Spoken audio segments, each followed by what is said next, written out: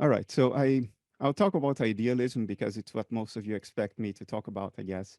I'll give you a general overview of what analytic idealism is, but I will start with trying to motivate it. We live in a culture in which the mainstream worldview, as far as metaphysics is concerned, is a so-called mainstream physicalism or materialism in the vernacular. And it says that the only thing that really exists out there is unconscious matter, which is exhaustively describable through numbers, through quantities, and has no intrinsic qualities. All qualities are supposed to be somehow generated by the brain inside our heads. That worldview tells you that the world you see, the qualities you see, the colors, the flavors, the melodies, the textures you see out there, they are in fact all inside your head because they are somehow produced by your brain within your skull. And as such, the inner surface of your skull is literally beyond everything you see, beyond the stars as you see them in the sky at night, beyond the walls of the room where you are right now, because all of this stuff you're experiencing as the world is created inside your head. Of course, that creation is modulated by something abstract that is really out there, something that corresponds to the stars in the sky, something that corresponds to the walls you see. But the stars you see, the walls you see, those are inside your head. The inner surface of your skull is beyond them all. How the brain does that is left unanswered by physicalism. And of course, this is a weakness of physicalism, but is in a fantastic turn of logic. It is in practice used as a strength of physicalism because you see, since physicalism doesn't tell you how brain activity leads to experience, then any brain activity anywhere in the brain can justify any experience under physicalist premises.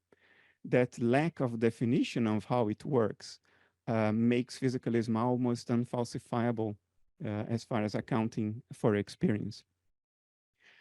Now, there are many problems with this. I already mentioned some, but there are some problems that are not polemical. They are acknowledged in philosophy and in science. One of them is the so-called hard problem of consciousness, which says that there is nothing about quantities such as meters, kilograms, angular momentum, hertz, joules. There's nothing about these quantities in terms of which we could deduce the qualities of experience.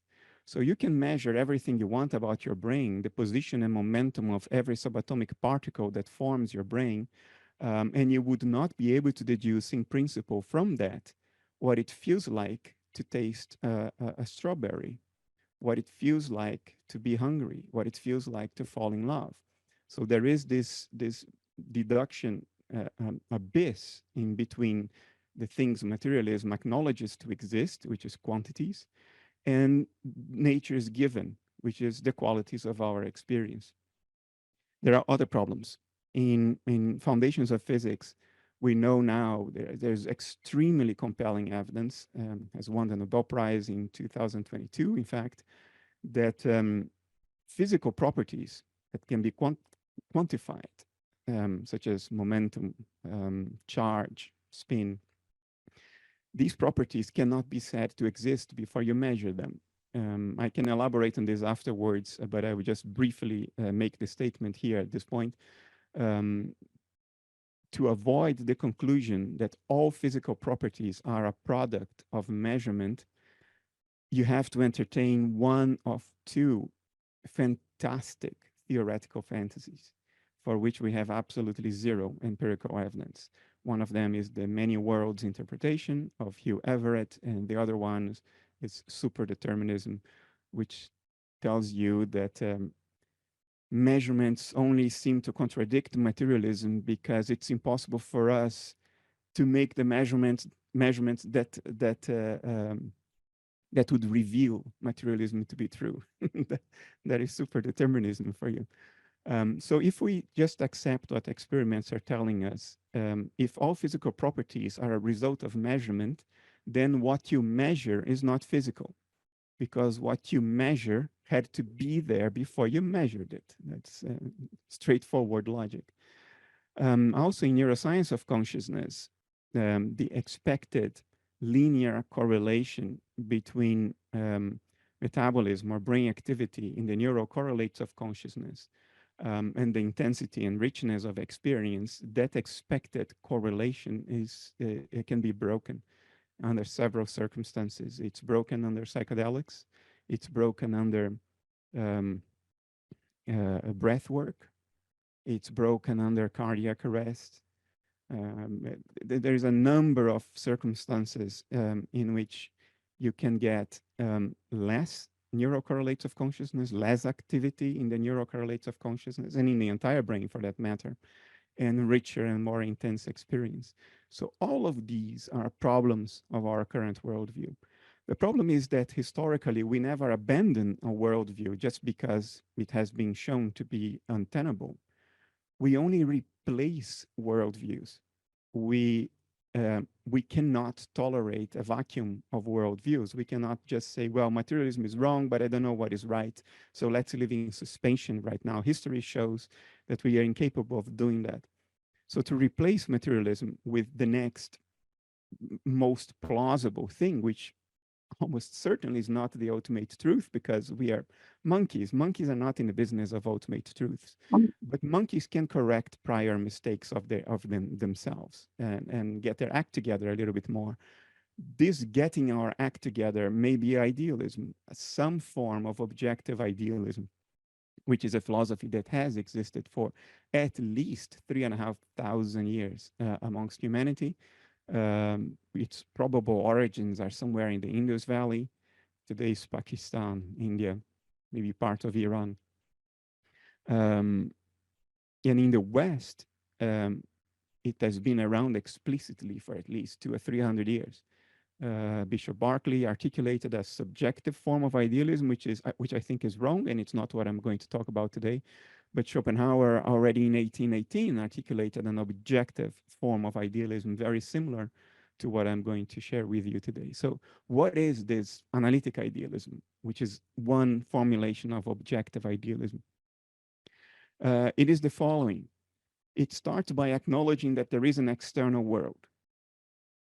There are physicists today, very serious, very smart people who do not acknowledge that, who say physics is about predicting what we will see next. It's not the study of some external world, objective out there, that we cannot know to be the case or not, since we are locked within ourselves and we can only perceive things.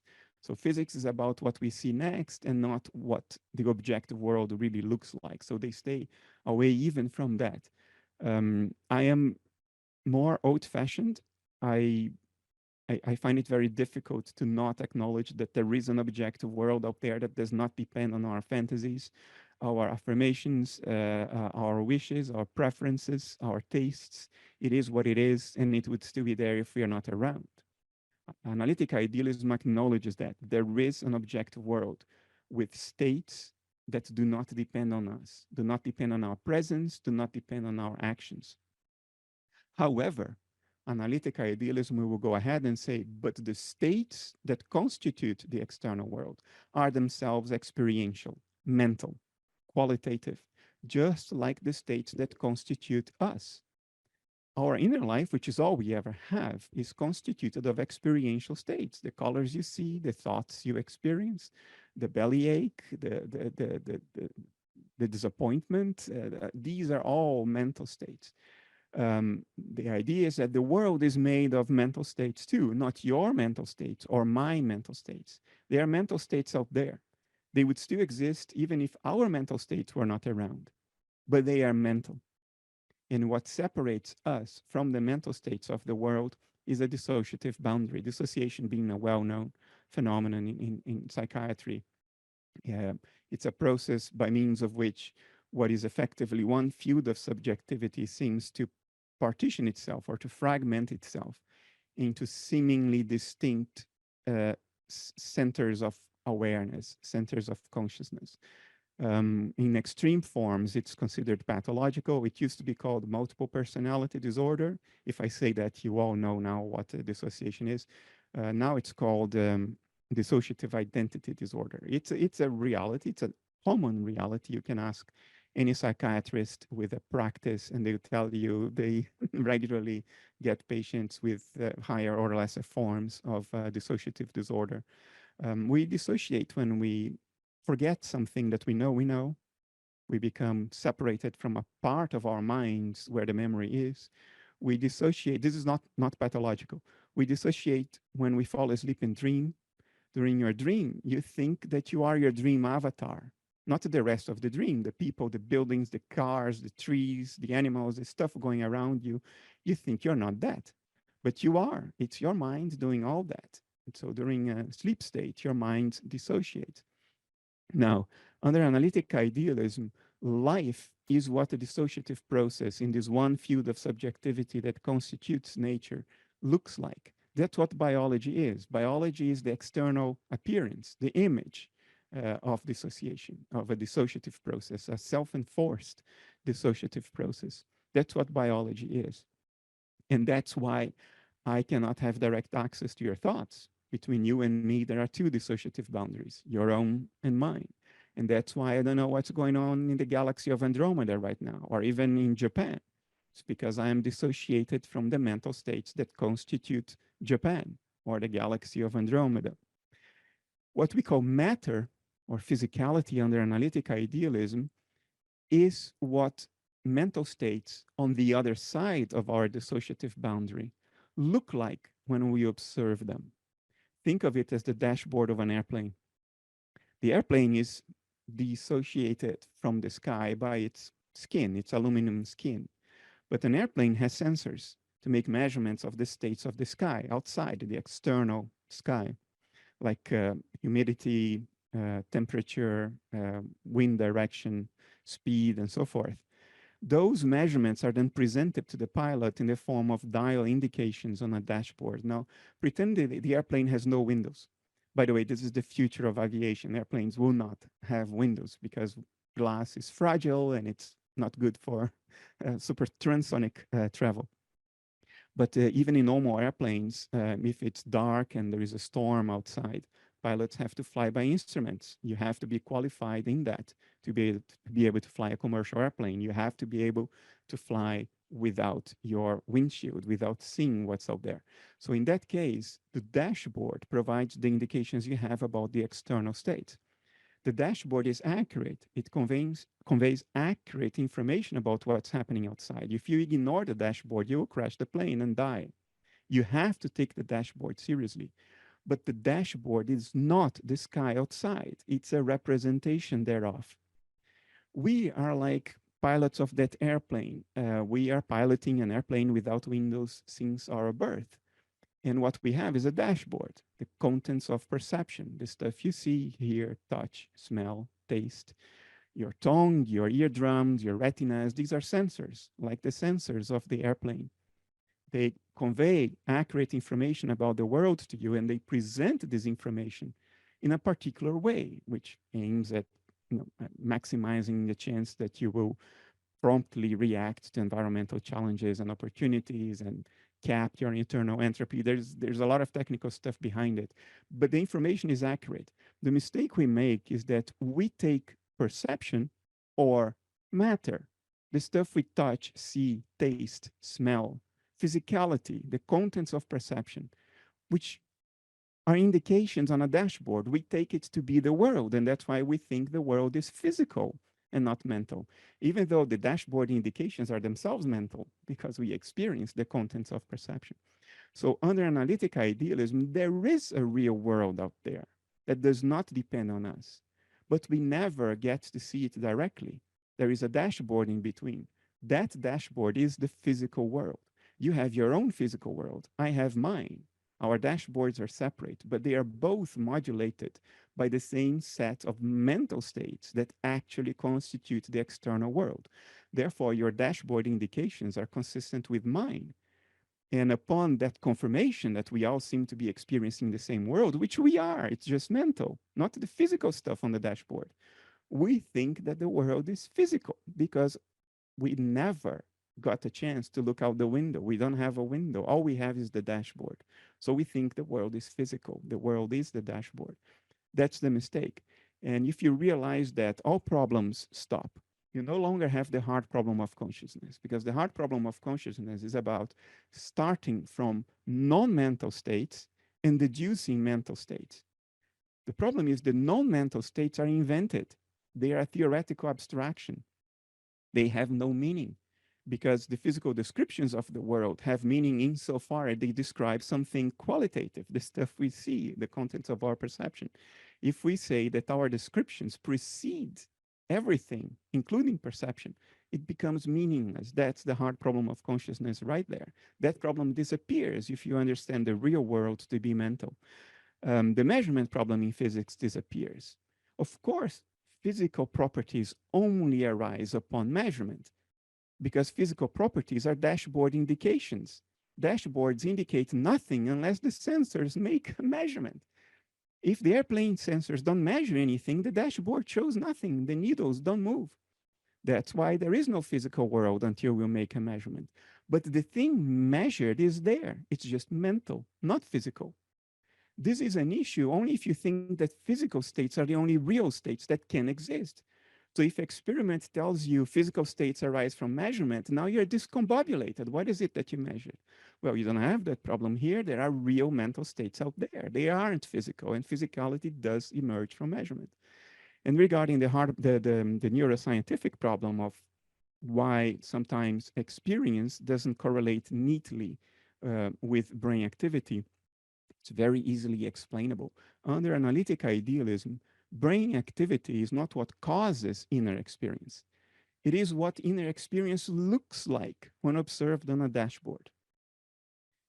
Brain activity is an image, an appearance, a representation of inner experience, not the cause of experience. Therefore, unlike causes, images don't need to be complete. You are seeing an image of me right now on your screen, but that image is not complete. It doesn't tell you what's going on in the back of my head, under my t-shirt, under my skin, the details of my metabolism. The image is accurate. It shows you an accurate representation of me, but it's not complete. In exactly the same way, brain activity, because it's an image of inner experience. It's what inner experience looks like when represented on a dashboard. That image doesn't need to be complete. There can be a lot going on in inner experience that is not, that you can't find back on dashboard representations, because maybe we don't have all the sensors, or maybe we didn't evolve to pick out everything that is salient because it doesn't have a bearing on our survival. There may be a lot more going on out there than perception allows us to see, because it would be just cognitive overload, evolutionarily speaking, to be able to pick all of that out. So that's my shtick. That's my message. I think it's 20 minutes now, so I'm reverting back to Daniel. You're muted, Daniel. Thank you, Bernardo. That's so fascinating as always. I just always want to just like, you know, hover over this and try to like integrate it. I mean, yeah, I mean, I know that it sounds like your realization of this, I'm kind of curious your personal story a little bit, like you had a kind of scientific realization when you were working with CERN, but then also, I mean, you must have had a, you know, some kind of initiatory jump that made it real for you. I'm wondering if you could just touch upon the work that you've done to integrate this somewhat alien perspective from what we normally think. Yeah, for me, as you said, it started in a very rational way, very analytic way, not an embodied way. I didn't have a spiritual experience or transcendent insight. This came out of work I was done at CERN. At CERN, I was working for a while on a data acquisition system, and we had these two solutions for it. One, classical hardware, and the other one, neural networks. And this was in the mid-90s, before neural networks were accepted as a valid way to solve things. It was very contentious back then. Both alternatives worked very well. But of course, we chose the classical one, but it stayed in my mind, the reality that we could build an artificial neural network that was just as good as physicists in identifying what detectors were measuring. And then I started thinking, well, if I can create a computer that is as intelligent as a physicist, what does it take me to make it conscious? And I sort of broke my head against this wall for a few years, trying to figure out what I had to change to have a reason to believe that the computer became conscious and not just intelligent. In other words, to believe that the computations performed were accompanied by experience, just like the computations of our brain are accompanied by experience. And I realized that whatever I would change in the hardware, it would give me no more and no less reason to think of it as conscious, because all changes had to do with structure and function and nothing to do with experience. And at some point, it dawned on me, I am hitting my head against this wall because I took a wrong turn somewhere in my line of thinking. I'm making some assumption that is unexamined and unjustified. And I concluded the unjustified assumption was this idea that consciousness is created out of specific material arrangements.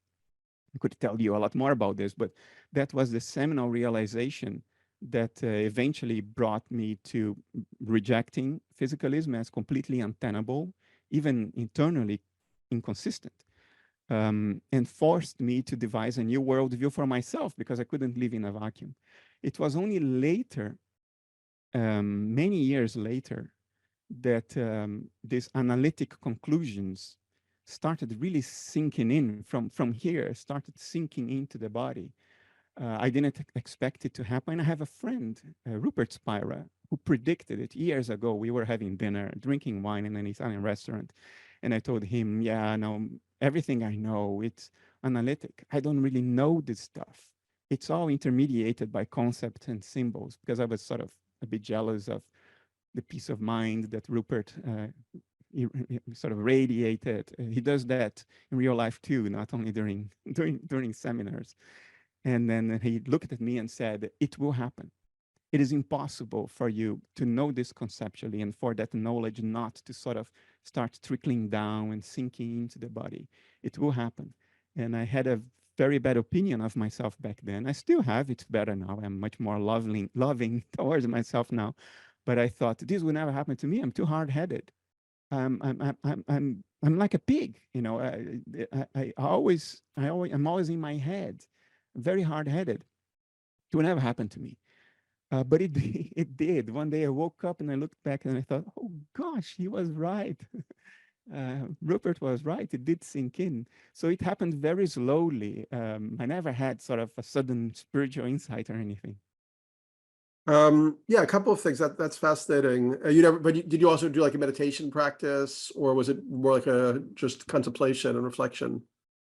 I did a meditation practice once, but for a couple of years, but as part of a sort of research program, when the psychedelics were becoming popular again with the studies at Johns Hopkins in 2006 and 7, and I thought, no, I'm thinking about consciousness. I'm working on this stuff. I have to be aware of what psychedelics do.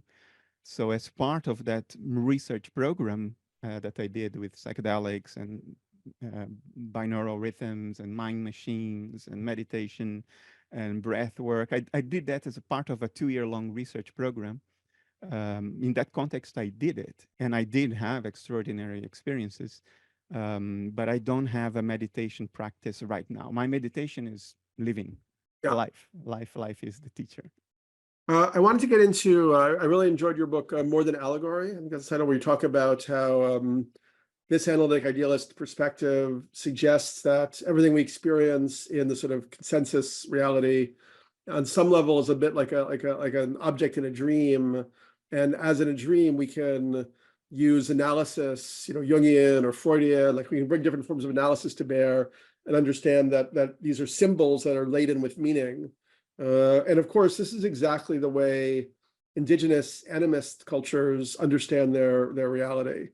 So that's something that was really fascinating to me. Yes, and also, I guess, in a way, traditional religious cultures also. So I guess I'm curious, kind of in a weird way, I have some ideas around this, but what are kind of like the practical applications going forward of this kind of understanding? Where the world doesn't just become an accidental kind of like hubbub of things that happen to happen, but actually has a kind of a symbolic dimension of kind of archetypal unfolding, let's say.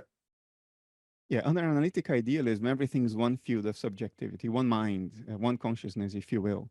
And that field has an impetus towards self-excitation, and its excitations are the world as perceived by us, as represented in our own cognitive dashboard that evolution has constructed over 4.2 billion years on this planet.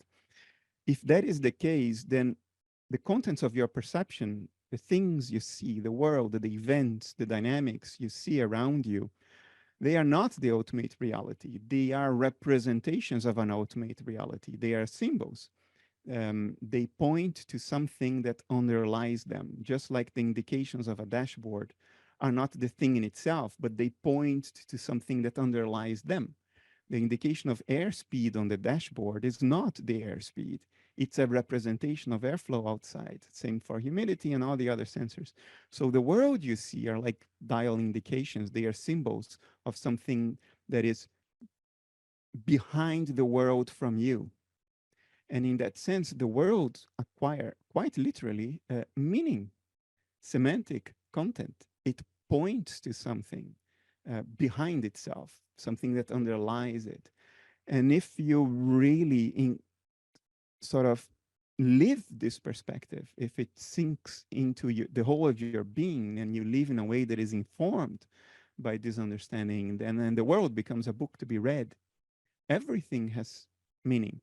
Now, there are two disclaimers that I want to make. In saying that everything has meaning, I am not saying that everything has the meaning we think it has. Only the schizophrenic thinks that. The schizophrenic will derive relations across everything and attribute all kinds of meanings to everything. I am not endorsing that. I am not endorsing that our projections are real, that the meanings we infer because of our wish fulfillment, fantasies, and our traumas. I'm not saying that all of that's true. I'm saying everything has meaning of its own, intrinsic meaning that doesn't depend on us. But that meaning is not necessarily what we project onto it. And finding the difference between one and the other is something that I think comes with maturity. Life teaches at some point. And the other disclaimer has to do with your allusion to animism. Yes, I think consciousness underlies everything. But where the boundaries of particular perspectives lie are not necessarily the boundaries between objects. In other words, I think this bottle of water exists because it is an excitation of consciousness. So consciousness underlies it. This bottle of water exists in consciousness, but it isn't necessarily conscious. It doesn't necessarily have a private point of view of its own. This is very important. I think living beings have private points of view of their own because dissociation looks like biology and living beings are biology. But I don't think objects have private points of view of their own. I don't think two rocks represent two different dissociative processes. I think we carve out the world into objects for convenience, but this carving out is merely nominal. It does not have a sort of an ontic grounding. To speak of a table or a piece of wood with four legs and speak of the four legs as separate objects is based on convenience. It's merely nominal. There are no objects out there. There is only one inanimate world. Objects are things we impose onto the world for our own convenience. And the mistake I think a lot of people make is to think that the world has as its intrinsic ontic structure the structure of our language. That we have separate words for separate things doesn't mean that those things are separate. A concrete example is fist. We have a word for fist. Here's the fist. Where's the fist? The fist has disappeared. It just violated the law of conservation of energy. You see, this is the kind of mistake you make when you mistake the structure of language, the word fist, for the structure of the world. And I think that's the animist mistake. It's to think of everything we have a word for as a thing separate from other things, which has its own private point of view. That I think is flawed. I think the boundaries of different points of view follow the boundaries of biology. Yeah, I don't know if I completely agree that that's how animist cultures that I visited like, you know, the Kogi in Colombia or the Hopi necessarily understand the nature of reality. But what I wanted to kind of I acknowledge that. I acknowledge that. This may be our own Western yeah, misunderstanding of what exactly. animism is. Exactly. But I wanted to delve in a little bit here because this is something that's just been fascinating to me. I mean, and I know you've also discussed a little bit like the psychic and the paranormal and how, so for instance, like the materialist reductive worldview, you know, which is still the governing structure in the mainstream academies, institutions, completely rejects, you know, psychic and paranormal phenomena for the most part. And we're having some people in this course who are, you know, like David Luke, who's a parapsychologist, Dean Radin, who studies psychic phenomena, Jeffrey Kripal, and so on, who are authors of The Impossible. And as I was exploring shamanism and psychedelics, I had many, many different psychic and paranormal experiences that I didn't actually believe in, you know, beforehand. And also when I visited different indigenous cultures, I discovered that they had kind of like a field of understanding in which different phenomena that were like impossible from our way of understanding the world would occur. So, for instance, the Kogi, you know, would know things like, let's say you were in your room at night and a hummingbird, you know, came into your room with like a butterfly in its mouth. They would say, oh, like that means your cousin, you know, has probably, you know, gotten ill in another city, and you know, you should go visit them or something. And often you'd find out that whatever weird thing they had this idea about was true. So I guess what I began to think is that if there's this sort of underlying field of consciousness that's then kind of like sculpted and shaped by like human societies who maybe overdevelop over a long period of time, a kind of field of resonance with their local physical environment, and that also leads to them developing a certain like rhetorical system, mythological system, and they're actually able to kind of make different things happen, you know, that we would experience as impossible within that local container. And maybe the Rupert Sheldrake's ideas of like morphic resonance or morphogenetic fields is a way for us to begin to conceptualize this. And yeah, so I'm curious how that resonates with you and what you think, if that's clear. Yeah, what you said is clear. I have never been particularly motivated by the paranormal, and not out of prejudice, for the following reason. I think the normal is incredibly mysterious, and I'm overwhelmed by the mystery of the normal every moment of the day. So there is very little psychic energy left in me to develop an interest for the paranormal. I'm already overwhelmed by the mystery of the normal.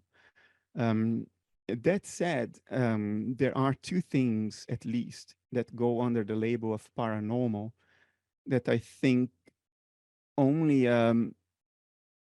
surprising level of theoretical commitment prevents people from seeing and considering rather banal even. One of them is so-called synchronicities. They happen, all right? There are correspondences of meaning between our own inner experiential events and events in the world. And yes, some of these has to do with confirmation bias. We only see what's meaningful, we never see what's not meaningful. But even taking into account all that, sometimes the correspondences of meaning are so specific, so detailed that you have to be very theoretically committed to something not to see it happen in front of you. I have had several experiences of synchronicity like this. The other thing I think happens is what can go under the label of telepathy. In other words, our private mental contents somehow leaking out into the world and being picked up by somebody else without the intermediation of language or the senses. These two things, I think, are empirically banal, but it's happening all the time. And how do I reconcile analytic idealism with them? Well, that's rather straightforward. Let's start with synchronicities. Under analytic idealism, our mind in here is the same mind as the mind out there. There is just a dissociative boundary in between. Therefore, the archetypes that govern the expression of my mind in here are the same archetypes that govern the behavior of the world out there. The templates of unfolding are the same. So it stands to reason that there will be correspondences between the two because the archetypal templates informing both are the same. They are part of the same mind, operating under the governance of the same templates of behavior, templates of mentation, the same archetypes.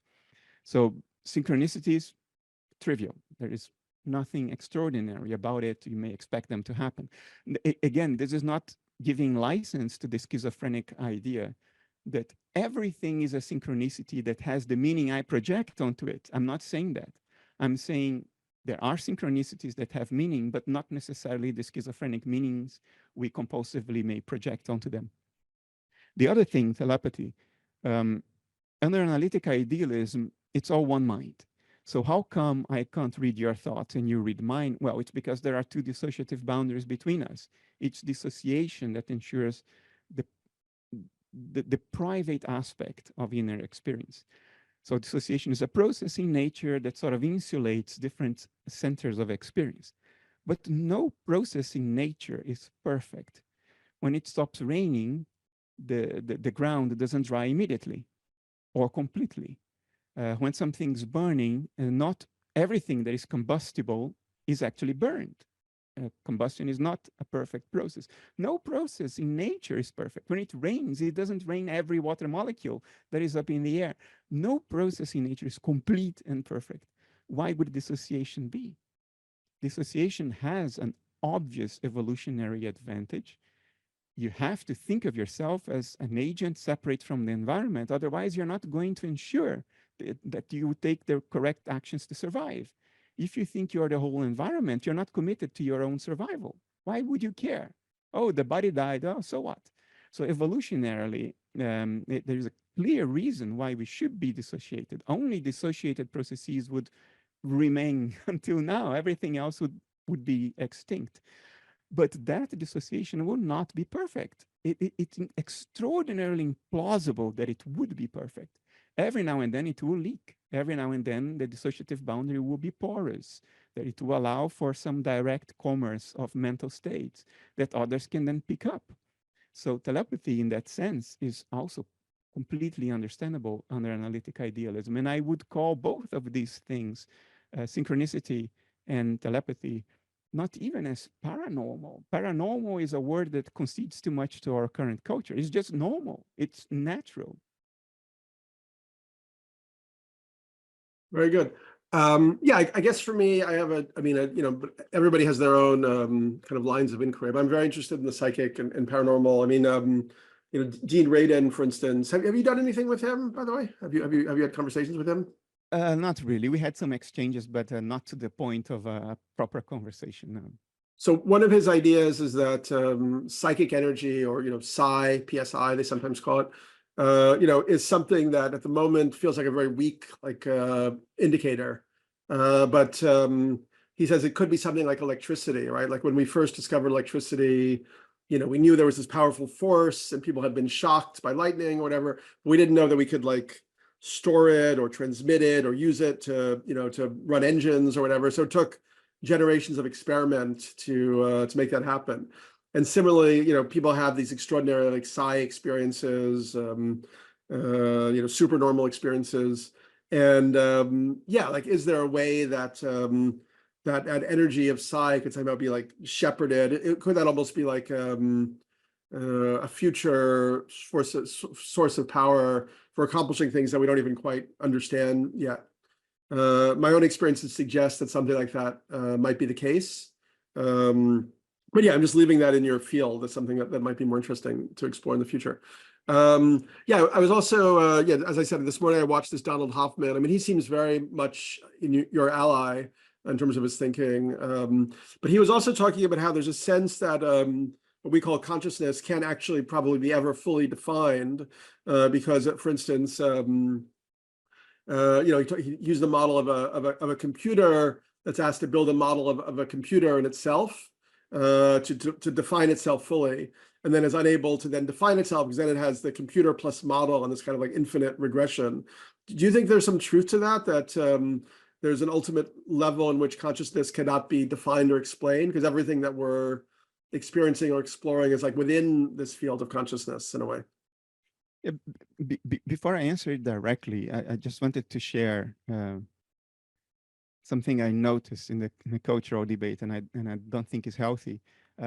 There is a sense in which it's valid for someone to say, well, first, before you make any argument, define consciousness. Yeah.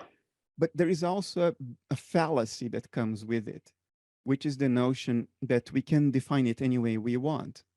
Um, there is this thing we invented the word consciousness for. And yes, I can if I can define consciousness in any way I want, then I can prove physicalism correct by word definition. I can define consciousness in such a way that whatever the brain does, it does that. And it becomes silly. It becomes a linguistic game. If I don't mean by the word consciousness what everybody else understands it to mean, then I'm just playing a silly word game that has no relevance whatsoever at any point in our culture. So yes, we should define it, but should define it in a way that honors the intuition behind the word and not in an arbitrary way. The way I define it is to say, consciousness is that whose excitations are our experiences or experiences in general. And this is a sort of an indirect way of defining things. It defines consciousness in terms of its results, the results of its own excitations, but it doesn't define it directly. Is it possible to define it directly? Not if you're an idealist. Let me unpack this. In science and philosophy, a definition of an entity is something that is based on other entities. You define an entity in terms of other entities. You can define the body in terms of organ systems. You can define organ systems in terms of tissues. You can define tissues in terms of cells, cells in terms of atoms, atoms in terms of subatomic particles in terms of fields. It's always in terms of. The same holds for explanation. You explain something in terms of something else, and that in terms of something else. But of course, we can never keep on defining or explaining one thing in terms of another forever. Eventually, you close the loop and you start engaging in circular reasoning. So there is a rock bottom level where you can no longer explain or define something in terms of another because there isn't another. It's the bottom level. And then you can only define that primitive in terms of what it does and not in terms of other things. Now, different metaphysics have different bottom levels. A physicalist would say the bottom level are the quantum fields. I cannot define quantum fields in terms of anything else. I only define it in terms of what it does. Subatomic particles, field excitations. That's valid for the physicalist. For the idealist, the bottom level is consciousness, subjectivity itself. So you cannot define consciousness in terms of something else, because there is nothing else. You're already at the bottom level. You can only define it like the physicalist does for quantum fields. You can only define it in terms of what it does when it gets excited. In other words, the qualities of experience. Therefore, consciousness is that whose excitations are experiences. So yes, to finally answer your question, yes, as an idealist or any other metaphysical approach, there is always something that you cannot define directly. Thank you so much. I'm going to ask you one more question, then we'll open it to the audience. It looks like people had teed up some interesting questions in the chat. I guess the next question for you, I mean, the title of this course is The Future of Consciousness. I mean, you're obviously extremely passionate about, formulating this complex of, this thoughts, this new paradigm, getting it out into the world, kind of helping academic institutions kind of assimilate it and kind of shift the discourse and so on. What do you see is the value, or let's say the purpose?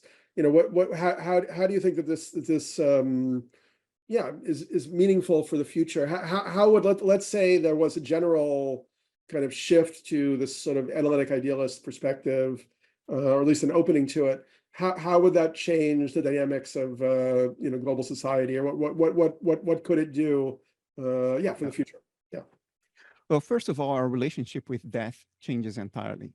Under physicalism, if your brain with its coherent structure is what generates your consciousness, when the brain loses that coherent structure, in other words, when you die and decompose, then there is no more you.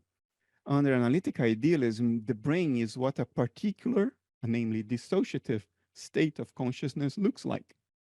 So death, the end of that structure, is the end of the dissociation. It's the end of a particular state of consciousness, not the end of consciousness. Your subjectivity doesn't end upon death. Death is something that happens within your subjectivity. Yes, your personal agency comes to an end. The narrative self comes to an end because once that little personal thing is gone, there is no way you can convince yourself that you are that little personal thing that is gone because you're still around while that little thing is no longer around. So you can't fool yourself anymore. Your sense of self will disappear. Sorry, your sense of self will change. The personal self, the narrative self will be revealed for what it is. It's like when you're dreaming, you think you're your dream avatar. When you wake up, your dream avatar is dead. That dissociation ends. The dream dissociation that convinces you that you're your dream avatar and not the rest of the dream, although you are the one doing the whole thing, that avatar is dead when you wake up. So the avatar doesn't survive, but you survive and you don't mourn the death of your dream avatar because you immediately understand that you were never it. It was something you were doing and now you're not doing it anymore. And you're not going to mourn the death of something you were doing, an action, not an entity. So I think this understanding changes our relationship with death. Because of that, it changes our relationship with life. Because now um, your life can have meaning. Everything you've learned, all the tough lessons you've had along life that led you to this priceless insights you've developed, it's not all gone when you die.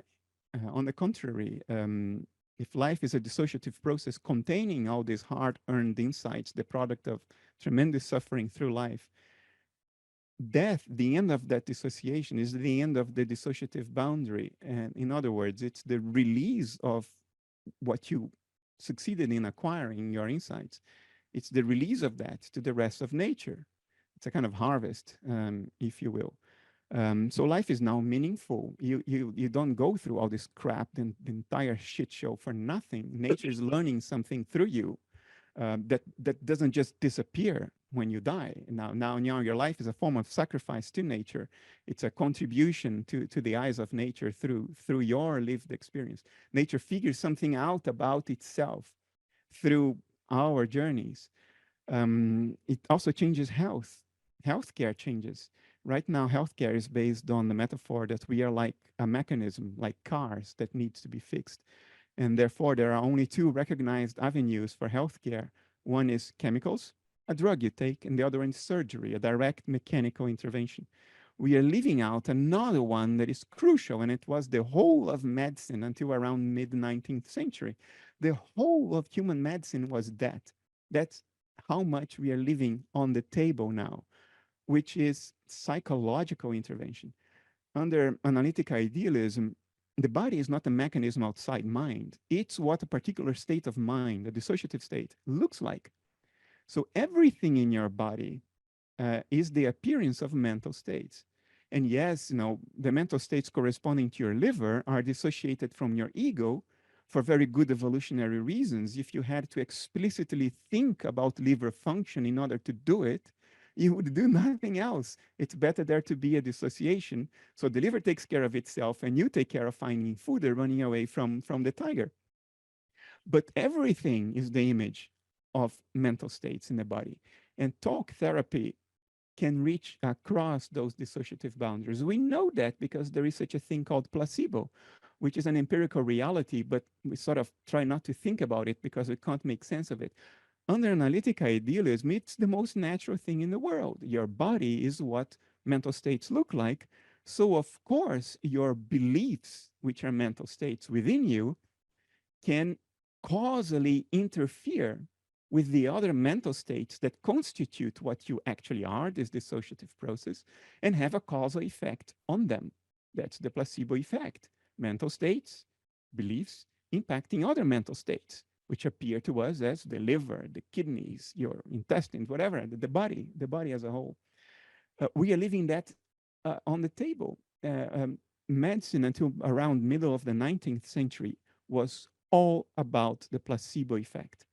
It was the bedside manner and the authoritative presence of the doctor telling you, you are now okay, you'll be okay after I bleed you, after I put leeches on you, after you drink my snake oil. And it worked. it worked. So under analytic idealism, that avenue opens up again. We shouldn't be treated like mechanisms anymore. We should be treated like conscious beings, which is what we are.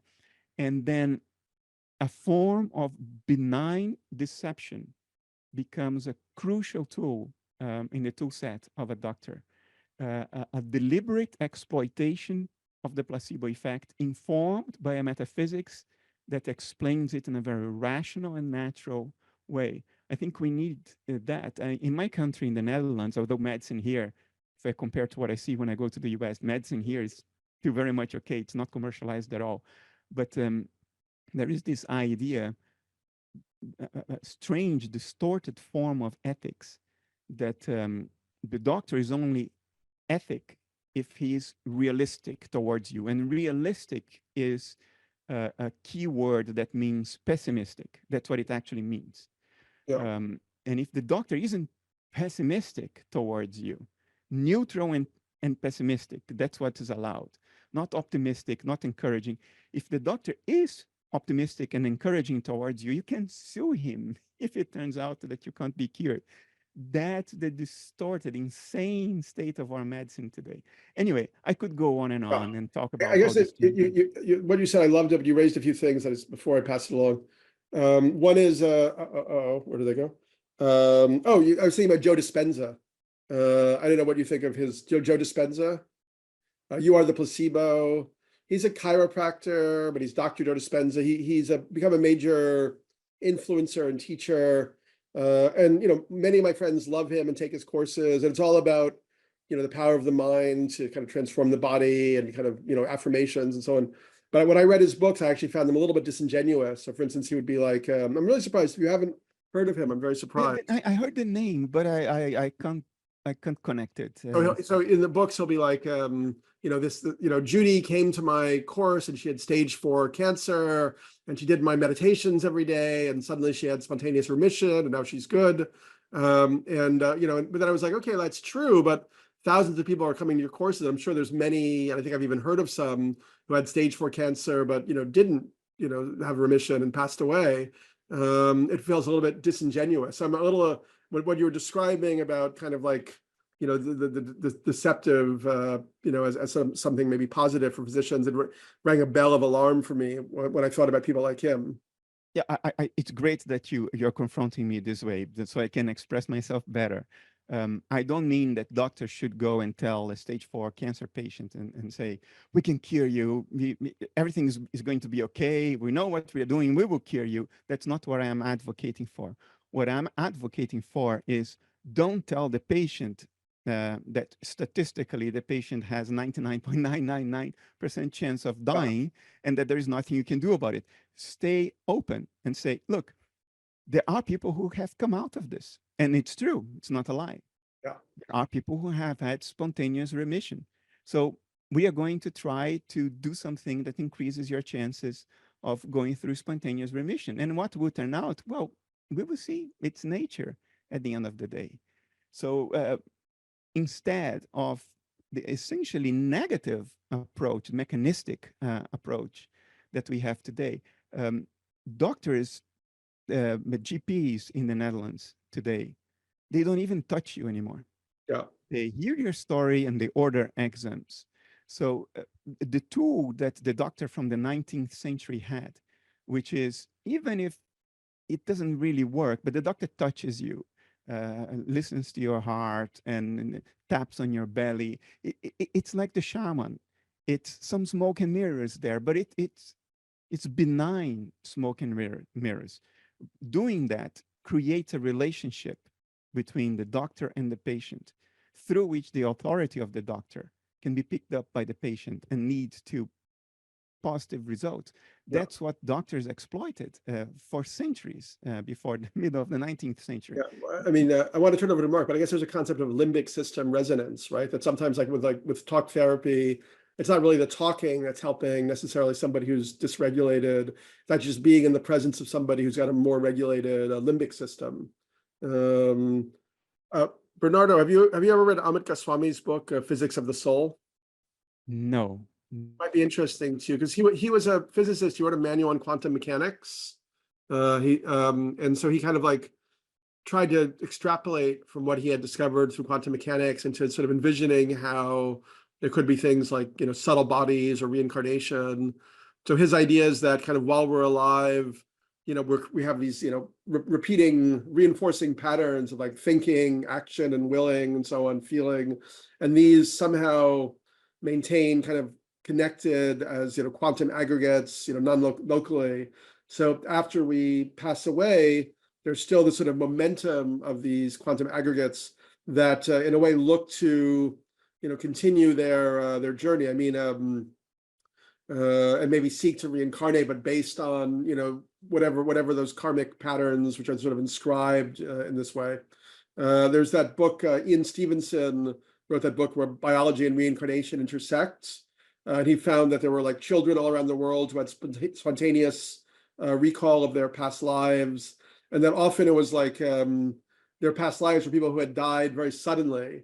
So it'd be like somebody in their 30s who got hit by a truck or something, and then the child wakes up at 6, and it's like, oh, like I have a family, I have a wife, I have kids, I live in Agra, and Stevenson would actually take this person to this other town, and like find the families and so on. Super fascinating. So yeah, so I mean, I guess I think physics of the soul is interesting as it suggests how these mechanisms might work, and like maybe somebody who has a very long life into their 90s and kind of like, then passes away, doesn't have a need to sort of reincarnate so quickly, like the patterns are more diffuse or more complete. But if you die in the midst of it, you want to like come right back into the action. You feel like something's uncompleted or something, or that aggregate of your being in a way. Can I speak to this a little bit, if we have time? Yeah. I often get this question, what about reincarnation in my model? In my model, there is no personal agency that remains dissociated.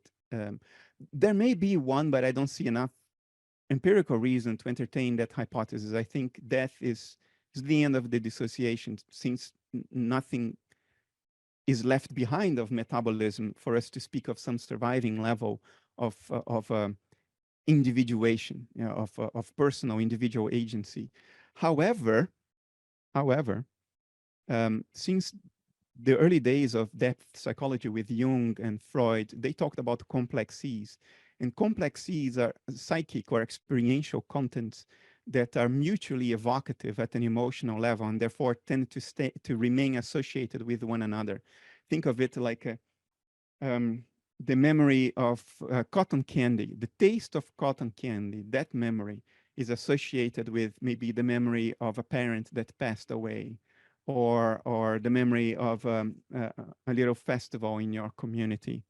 So all these different experiential contents, they tend to stay together because they are mutually evocative at an emotional level. So it's like chemistry. They react with one another and bind to one another. It is this result of this binding because of these emotionally charged cognitive associations between different mental states that are called complexes. So you may have a mother complex, which is related to the memories of being in your mother's lap or your mother's voice with some maternal features that you perceive in other women around you. They all react together and form a complex. And these complexes do not depend on dissociative boundaries to remain. So it is possible that the memories of a lifetime, because they are so emotionally charged, they react with each other. And even after the end of the dissociation, the dissociative boundary that kept them private, even if they are released in the broader cognitive context of the mind of nature, they still go together because they are complexes that react with one another, that evoke one another, and therefore stay together. It is possible that these complexes then find themselves captured in another dissociative boundary that forms later on.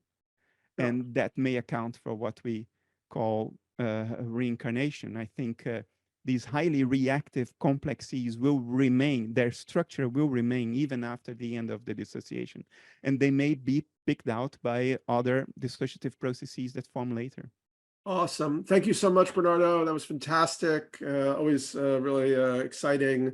I even enjoy our somewhat, hearing their points of disagreement, which maybe what another format we'll go dive deeper into. I would actually. Thank you, Daniel. Thanks for the opportunity, and thanks everybody for Yeah. the interaction. It was lovely.